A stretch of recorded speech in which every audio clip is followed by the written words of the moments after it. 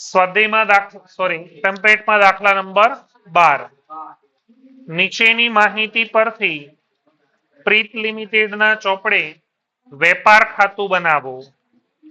સૌથી પહેલા બોલો શું આપેલું છે? ભાડું, નફા નુકસાનની ઉધાર લખાશે અહીંયા.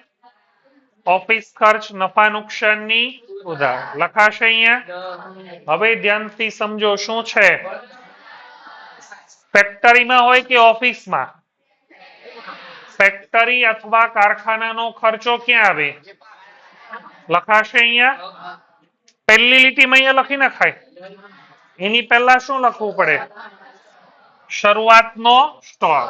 તો પહેલા મને રકમ આપો. શરૂઆતનો સ્ટોક કેટલો છે? આપેલો જ નથી. તો હવે મેં લખી નાખ્યું. તો રકમમાં શું કરી દેવાનું? શરૂઆતનો સ્ટોક. પછી શું આવે? ના, બળતણ ખર્ચ નહીં. હજી શું આવે? ખરીદી બાદ કર્યા, પરત બાદ કર્યા પછી જ આવશે. ખરીદી બોલો કેટલી? 45,000. એમાંથી બાદ શું કરવાનો છે? ખરીદ પરત હોય તો બાદ કરાય, ન હોય તો ખરીદ પરત. બોલો કેટલું? 45,000 માઇનસ 1500 43. બોલો હવે બળતણ ખર્ચ લખાય?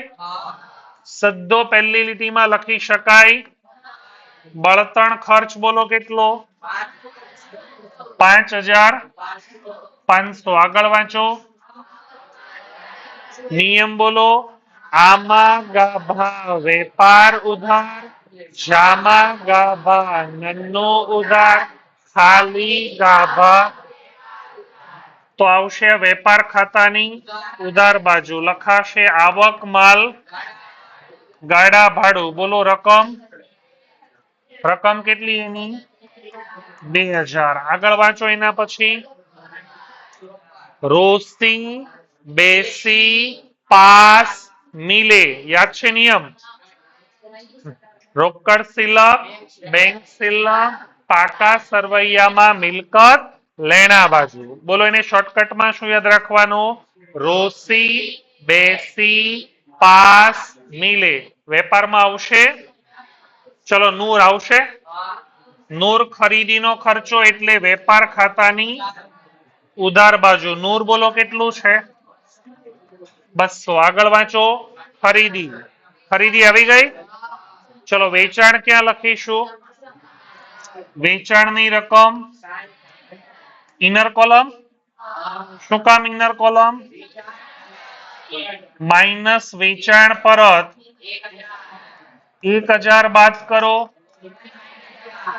બાદબાકી આવશે 59,000. એના પછી બોલો પહેલો શબ્દ પગાર છે કે પહેલો શબ્દ મજૂરી? પહેલો શબ્દ પગાર હોય તો આને પગાર સમજવાનો. પહેલો શબ્દ મજૂરી હોય તો એને આમાં તો જો પગાર ગણીએ તો નફા નુકસાનની ઉધાર આવે, મજૂરી ગણીએ તો વેપાર. આ બે ભેગું છે.